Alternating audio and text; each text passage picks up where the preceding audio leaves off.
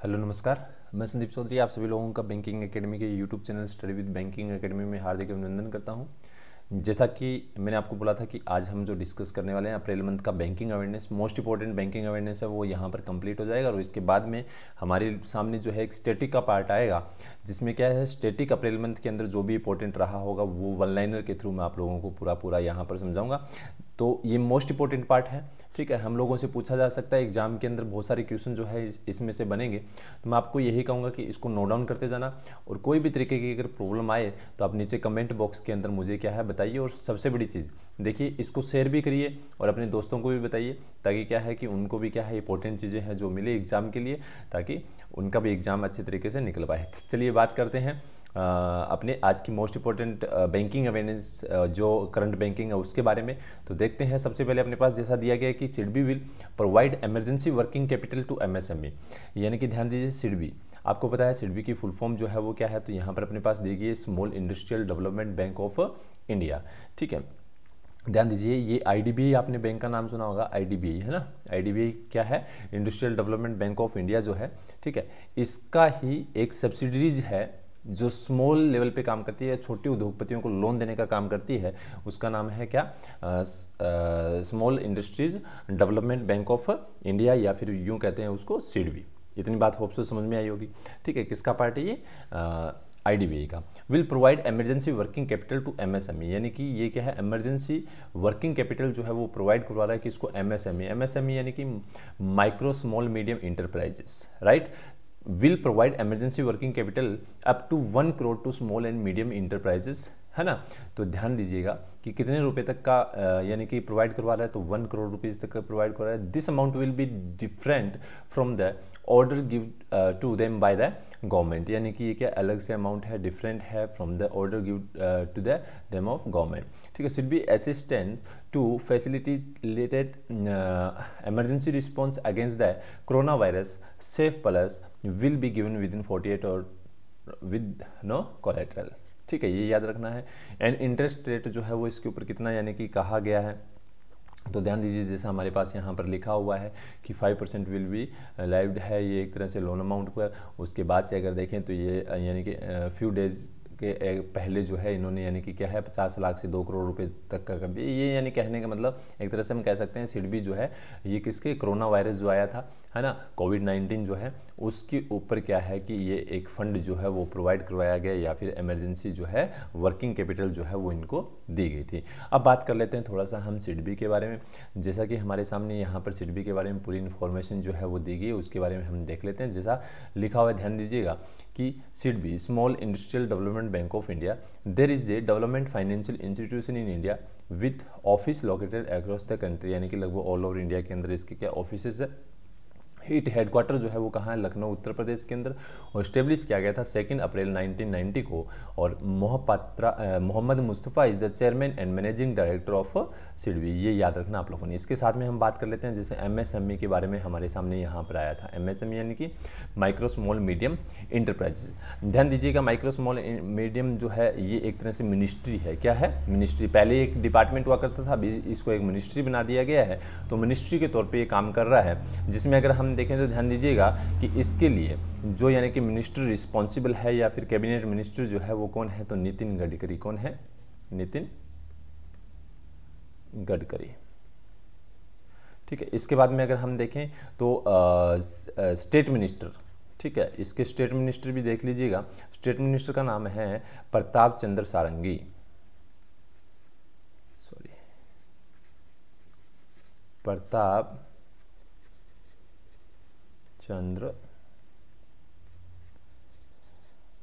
सारंगी, ठीक है। ये आप लोगों ने ध्यान में रखना है। तो कहने का मतलब ये एक तरह से क्या है, डिपार्टमेंट है, एक तरह से इसको सूक्ष्म लघु एवं मध्यम उद्यम इसको बोला जाता है, जिसको क्या है एक तरह से हम कह सकते हैं कि अच्छे तरीके से इसको क्या बना दिया गया है, एक मिनिस्ट्री बना दी गई, जिसके मिनिस्टर नितिन गडकरी और स्टेट मिनिस्टर है प्रताप सारंगी, या पीसी सारंगी या प्रताप चंद्र सारंगी। ये आप लोगों ने ध्यान में रखना है। चलिए बात करते हैं नेक्स्ट न्यूज़ की। जैसा कि हमारे सामने दिया गया है कि prime minister Narendra Modi redefined the new business and work culture.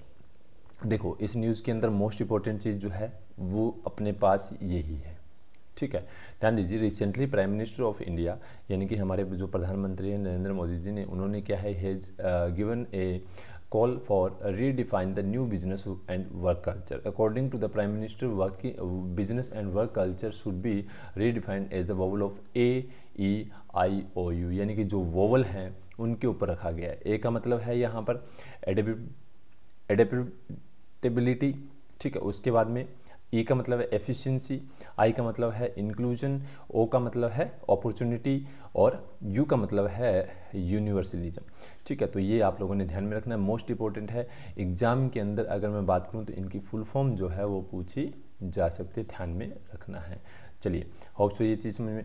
He also emphasize the need to develop business model that give high priority to care for the poor and the accept। ये इतना ज़रूरत नहीं, लेकिन हाँ इसकी जो फुल फॉर्म्स है ये हम लोगों से पूछी जा सकती है, तो ये आप लोगों ने ध्यान में रखना है। बहुत ज़्यादा महत्वपूर्ण है, बहुत ज़्यादा इंपॉर्टेंट है, ठीक है। और एग्जाम के अंदर 100% इसमें से किसी एक की जो है यानी कि फुल फॉर्म आ ही सकती है कि प्राइम मिनिस्टर नरेंद्र मोदी जी ने हाल ही में क्या है कि new business and work culture जो है वो रीडिफाइन किया है। तो बताइए कि उसके अंदर जैसे वोवल के ऊपर रखा गया, तो उसमें ई की फुल फॉर्म क्या है, आई की फुल फॉर्म क्या है, ओ की फुल फॉर्म क्या है, यू की क्या है, ए की क्या है, यानी इस तरीके से अलग अलग जो है हम लोगों से पूछा जा सकता है।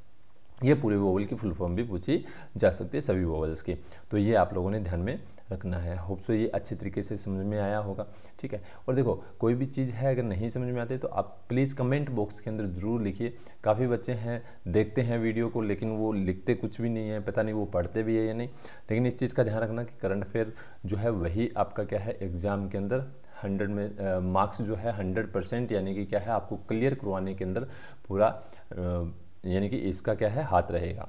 NHAI यानी कि national highway authority of India, NHAI की फुल फॉर्म क्या है, national highway authority of India made the highest ever production during the financial year 2019-20। यानी कहने का मतलब कि अगर हम बात करें रिसेंटली क्या है national highway authority of India यानी कि NHAI जो है उसने क्या किया, इन्फॉर्म किया है कि the highest ever construction of national highway has been done by the financial year 2019-20। यानी कि 2019-20 के अंदर हाईएस्ट यानी कि क्या है प्रोडक्शन क्या है या फिर क्या है नेशनल हाईवेज जो है वो बनाए हैं, ठीक है। ये रिपोर्ट के अंदर बताया गया, जैसा कि हमारे सामने यहाँ पर है कि NHAI है कंप्लीट कंस्ट्रक्शन कितना लगभग अगर बात करें तो 3,969 kilometre of national highway during the 2019-20।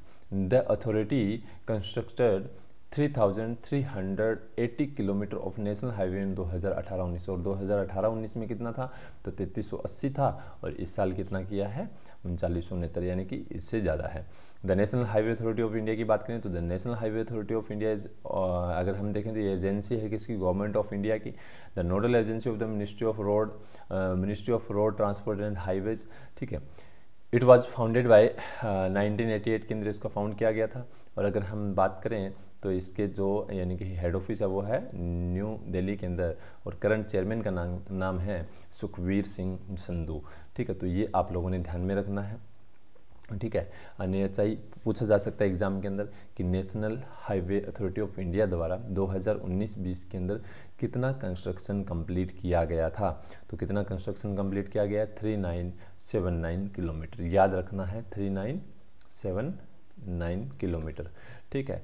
ये पूछा जा सकता है 2018-19 में कितना था, तो 2018-19 में 3380, ठीक है। इससे बढ़ाकर अभी कितना कर दिया है 3979, हाईएस्ट यानी कि क्या रहा है ये एक तरह से कंस्ट्रक्शन रहा है, ठीक है। ये आप लोगों ने ध्यान में रखना है। नेक्स्ट न्यूज़ की बात करें तो हमारे सामने जैसे कि यहाँ पर दिया गया है, देखिए लिखा हुआ है कि इकोनॉमिक एक्टिविटीज़ स्टार्टेड ए नुमलीगढ़ रिफाइनरी लिमिटेड आसाम। ध्यान दीजिएगा, न्यूज़ के अंदर कुछ भी नहीं है, न्यूज़ आपके लिए ये इम्पोर्टेंट भी नहीं है। इकोनॉमिक एक्टिविटीज़ कहाँ स्टार्ट की गई है कोई नहीं पूछेगा, लेकिन इस न्यूज़ में एक ही चीज़ आप लोगों से पूछी जा सकती है कि नुमलीगढ़ रिफाइनरी लिमिटेड जो है वो कौन से स्टेट के अंदर है। यानी कि एक तरह का हम कह सकते हैं स्टेटिक जीके बन गया, अपना क्या बन गया है स्टेटिक जीके बन गया। तो ये कहाँ है, आसाम में।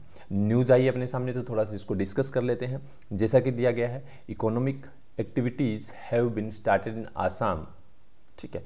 Numaligarh refinery limited with adequate अगर हम देखें, ध्यान दीजिए, इसमें ध्यान रखना है, ये कोई भी चीज़ इंपॉर्टेंट नहीं, लेकिन अब देखो कि नुमलीगढ़ रिफाइनरीज लोकेटेड कहाँ पर है, तो ये क्या है, गोलाघाट डिस्ट्रिक्ट आसाम के अंदर है।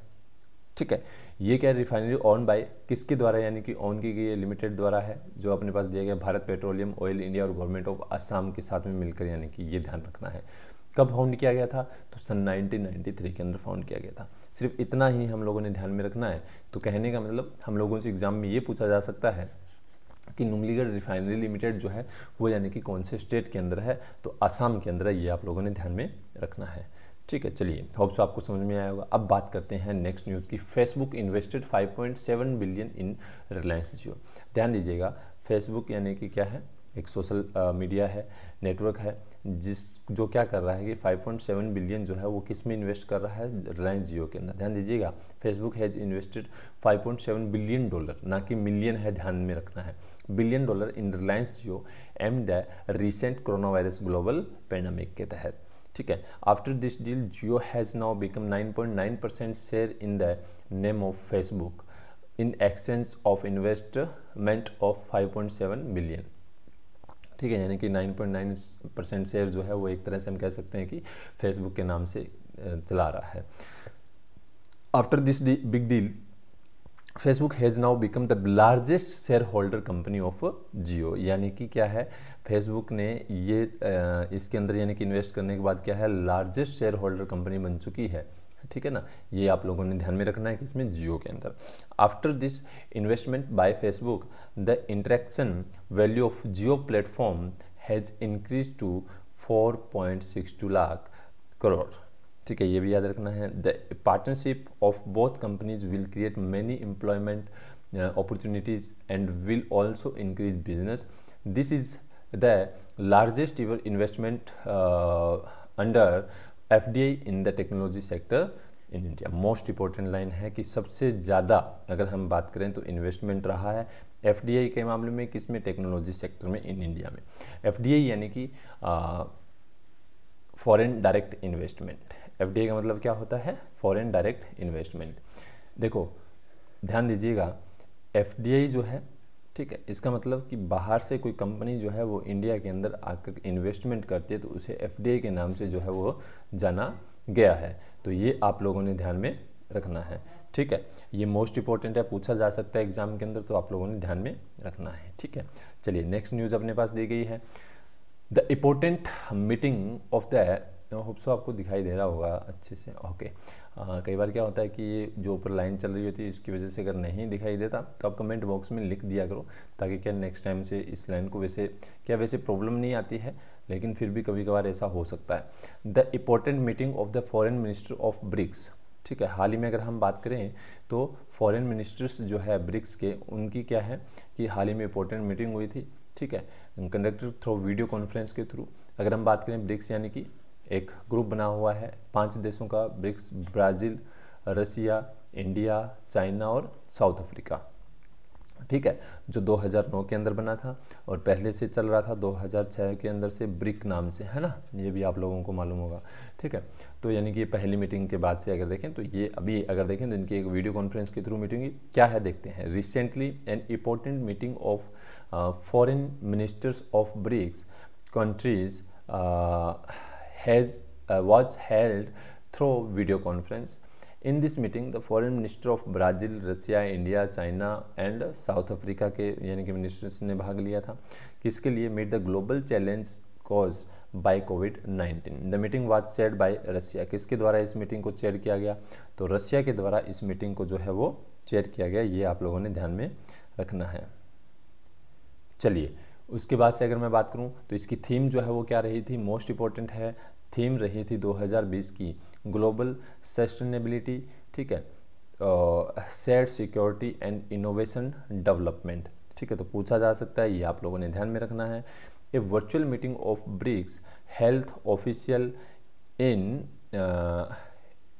Invoices on 7 May 2020 further the एक तरह से हम कह सकते हैं कि कोरोना वायरस जो चल रहा है इसके ऊपर वर्चुअल मीटिंग जो है वो हेल्ड करवाई जाए। ब्रिक्स की बात करें तो एक तरह से ग्रुप है जिसको स्टेब्लिश किया गया था 2006 के अंदर, लेकिन ब्रिक्स बना था 2009 में, ठीक है। 2010 के अंदर पहली मीटिंग हुई थी। पहले इसके अंदर सिर्फ 4 स्टेट हुआ करते थे, कौन कौन से, ब्राज़ील, रशिया, इंडिया और चाइना। उसके बाद से नया क्या जोड़ दिया गया, तो साउथ अफ्रीका जोड़ दिया गया। तो 2006 के अंदर ये बना था, ये आप लोगों ने ध्यान में रखना है। बहुत ज़्यादा इंपॉर्टेंट, अच्छे तरीके से समझने वाली और अच्छे तरीके से क्या है कि इसके ऊपर क्वेश्चन जो है वो भी इनके द्वारा एक बैंक भी बनाया गया था, एनडीबी यानी कि न्यू डेवलपमेंट बैंक, ठीक है। तो ये भी आप लोगों ने ध्यान में रखना है। होप सो ये इतनी चीज़ आपको समझ में आई होगी, है ना। तो इस चीज़ का आप लोगों ने ध्यान में रखना है। चलिए बात करते हैं नेक्स्ट न्यूज़ की, ठीक, देखते हैं, ध्यान दीजिए। हाँ, Jana small finance bank roll out digital banking platform डिजिजन। ध्यान दीजिए, 2016 के बाद से अगर देखें तो 2 तरह के बैंकों को लाइसेंस दिए गए थे, एक स्मॉल फाइनेंस बैंक और एक पेमेंट बैंक, ठीक। इनके ऊपर मेरा पहले से एक वीडियो भी बनाया हुआ है बैंकिंग अवेयरनेस का, वो आप वीडियोस के अंदर जाके देख सकते हो। पेमेंट बैंक और स्मॉल फाइनेंस बैंक क्या है, क्यों बनाए गए, क्यों ज़रूरत पड़ी इनकी, क्या कारण था, वो सारी चीज़ें उसके अंदर मैंने डिस्कस की है। हाल ही में कौन कौन से बैंक चल रहे हैं, कौन कौन से नहीं चल रहे हैं, तो वो सारे के सारे क्या है उसमें दिया गया है, ठीक है। चलिए तो अब बात करते हैं अपने कि इसके अंदर क्या चीज़, जन small finance bank has launched A digital banking platform जिसका नाम रखा है डिजिजन। एग्जाम के अंदर हम लोगों से पूछा जा सकता है कि डिजिजन जो है वो कौन से बैंक द्वारा बैंकिंग प्लेटफॉर्म लॉन्च किया गया है, तो याद रखना जना स्मॉल फाइनेंस बैंक, ठीक है। वह customer can digital open A saving account and fixed deposit instantly, यानी कि किसके लिए, कस्टमर्स के लिए, जहां पर वो क्या कर सकते हैं, अपना सेविंग अकाउंट ओपन कर सकते हैं, फिक्स्ड डिपॉजिट जो है वो भी खुलवा सकते हैं। डिजिजन onboarding is a 3 step process open, ये अपने लिए ज़रूरत नहीं है, लेकिन हाँ जना स्मॉल फाइनेंस बैंक जो है इसकी यानी कि क्या है, टैगलाइन क्या है, वो हम लोगों से अगर पूछी जाए तो इसमें अपने पास दिया गया है, पैसे की कदर, ठीक है। तो ये आप लोगों ने ध्यान में रखना है, ठीक है। तो होप सो ये इतनी चीज़ आपको जो मैं करवा रहा हूँ तो वो समझ में आ रही होगी, ठीक है। तो ये चीज़ आप लोगों ने ध्यान में रखनी है। डिजिजन किसके द्वारा लॉन्च किया गया है, जना स्मॉल फाइनेंस बैंक। और बहुत बार ऐसे ही क्वेश्चन आते हैं एग्जाम के अंदर, बहुत आसान होते हैं, लेकिन हम सोचते हैं कि हाँ हम आसानी से कर भी लेंगे, याद भी रहेगा, लेकिन वहाँ पर हम क्या है हड़बड़ाहट के अंदर थोड़ा सा क्या इनको गलत भी कर देते हैं। तो ये आप लोगों ने, इसका हेडक्वार्टर कहाँ है, तो इसका हेडक्वार्टर जो है वो बेंगलुरु में है, ये आप लोगों ने ध्यान में रखना है। कहाँ है, बेंगलुरु में, ठीक है। ये आप लोगों ने ध्यान में रखना है। होप सो इतनी चीज़ आपको समझ में आई गई होगी, ठीक है, जो मैं करवा रहा हूँ, ठीक। चलिए बात करते हैं नेक्स्ट न्यूज़ की। जैसा कि हमारे सामने दिया गया है, इक्विटस स्मॉल फाइनेंस बैंक, ये भी एक स्मॉल फाइनेंस बैंक है। इसने हाल ही में लॉन्च किया है self FD and self saving accounts. Question पूछा जा सकता है कि self FD and self saving bank accounts जो है, सेविंग अकाउंट जो है वो कौन से बैंक द्वारा लॉन्च किया गया है, तो इक्विटस स्मॉल फाइनेंस बैंक द्वारा। पढ़ते हैं क्या है, Equitas small finance bank has launch 2 new digital banking service, जिसका एक का नाम रखा है सेल्फ एफडी और दूसरे का नाम रखा है self saving account. This would enable the customers of the bank to avoid visiting branch, ठीक है। Under the self FD option customer can open self fixed deposit online for value of 90,000 by providing Aadhaar and PAN details. It will provide an interest rate 7.75% 1 year, ठीक है। ये याद रखना most important है, ठीक है। कितने तक वैल्यू, कितने तक हो सकती है, अप टू 90,000। इंटरेस्ट कितना मिलेगा सेल्फ एफडी में, तो 7.75% 1 ईयर का, ठीक है। ये इतनी चीज़ समझ में आई। दूसरा, under the self saving account की अगर हम बात करें तो person can open saving account with Equitas small finance bank by web-based interactive video from the registering one's Aadhaar number, PAN card and other basic details. The interest rate of, इसके ऊपर भी interest की बात करें तो new minimum balance रखने की आवश्यकता नहीं है और 7.5% जो है वो ये रहेगा। होप सो इतनी चीज़ समझ में आई होगी। अब बात करते हैं next, Ujjivan small finance bank. जितने भी बैंक आ रहे हैं इसके बारे में आप लोगों को ध्यान में रखना है। एक काम करना है, 3 बैंक मैंने, जना स्मॉल फाइनेंस बैंक आया, इक्विटास आया, उसके बाद उज्जीवन आया। इन तीनों बैंकों का आप लोगों ने क्या करना है, कमेंट बॉक्स के अंदर हेडक्वार्टर, ठीक है, इनकी टैगलाइन और इनके जो यानी कि क्या है चेयरमैन है, उनका नाम जो है आप मुझे बताओगे। इतनी चीज़ आप लोगों ने करनी है, क्योंकि आपके लिए मैं इतना कर रहा हूँ तो आप इतना तो कर ही सकते हो, ठीक है। Ujjivan small finance bank rank 5th in best large work place in Asia 2020, यानी कि उज्जीवन स्मॉल फाइनेंस बैंक जो है वो हाल ही में 5th रैंक आई है किसके अंदर, best large work place in Asia 2020 by the great place to work institute. There are 3 Indian organization in the top 5 के अंदर 3 इंडियन इंस्टीट्यूट रहे हैं। कौन कौन से हैं? ऑर्गेनाइजेशन की बात करें तो Tata power Delhi distribution limited, ठीक है, rank 3rd, and music broadcast limited rank 4th, और 5th नंबर पे कौन रहा है? उज्जीवन, यानी कि 3 ही है। लास्ट ईयर की अगर हम बात करें तो उज्जीवन स्मॉल फाइनेंस बैंक का जो है यानी कि इसके अंदर रहा था 16th नंबर रहा था, और अब जो बात करें तो कौन से नंबर पे पहुंच चुका है?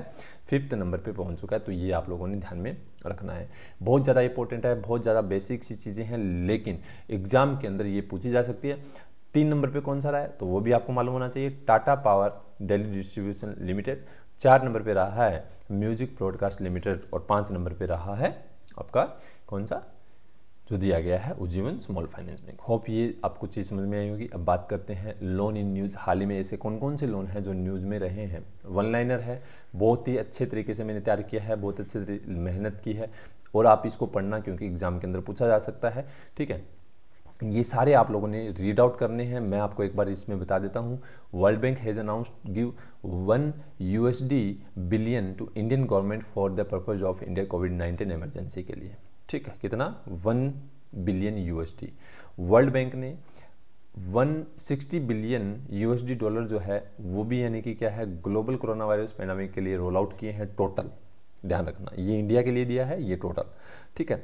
The Washington DC based United State agency for international development, ठीक है, यानी कि USAID has announced $2.9 million to India to help the fight the corona virus pandemic. Most important तीनों की तीनों।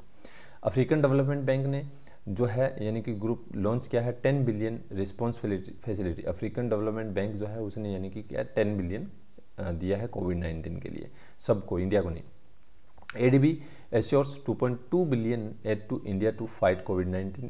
ADB ने 2 बिलियन दिए हैं, 2.2 बिलियन। ADB इंक्रीज कोविड-19 response package 20 billion from 6.5 billion कर दिया है इसको, ठीक है, ये भी याद रखना है, ठीक है। उसके बाद World Bank approve 585 crore to Himachal Pradesh state road transformation project के लिए दिए हैं। ADB approve $1.5 billion loan to India to help fight कोविड-19, ये भी याद रखना है। उसके बाद में ADB gives $346 million loan to power sector in rural Maharashtra, ये भी याद रखना। यानी कि सारी की सारी जो है वो इंपॉर्टेंट है, बेसिक सी न्यूज़ है, लेकिन हमारे लिए बहुत ज़्यादा इंपॉर्टेंट है, एग्जाम के अंदर पूछी जा सकती है, तो आप लोगों को मालूम होनी चाहिए, ठीक है। होप सो अच्छे तरीके से आपने ये न्यूज़ पढ़ी होगी, ठीक है। अभी इसका एक पार्ट होना आने वाला है स्टैटिक का, उसके बाद अपॉइंटमेंट्स वगैरह जो है हम और पढ़ेंगे, ताकि क्या है वो आपको पूरा का पूरा समझ में आए, और अच्छे तरीके से आप क्या है जो भी आपका आगे एग्जाम होने वाला है, चाहे RRB हो, चाहे आपका SBI का हो, और चाहे आपका क्या है IBPS का हो, किसी भी तरीके का आपका एग्जाम होगा तो उसके अंदर सारी चीज़ें जो है वो महत्वपूर्ण रहने वाली है। तो अच्छे तरीके से रीड आउट करते जाना है। अप्रैल मंथ के यानी कि ये मेरा चौथा पार्ट मैंने आपको यहाँ पे डाल के दिया, तो चारों पार्ट एक बार रीड आउट कर लीजिए, देख लीजिए अच्छे तरीके से, ताकि कोई भी प्रॉब्लम ना हो। हाँ, हो रहा कल जिन बच्चों का एग्जाम है यानी कि 10/10/2020 को IBPS PO होगा, तो उन सभी को मेरी तरफ से और पूरे बैंकिंग एकेडमी परिवार की तरफ से ऑल द बेस्ट। अच्छे तरीके से एग्जाम करके आना। बहुत बहुत धन्यवाद। Thank you so much.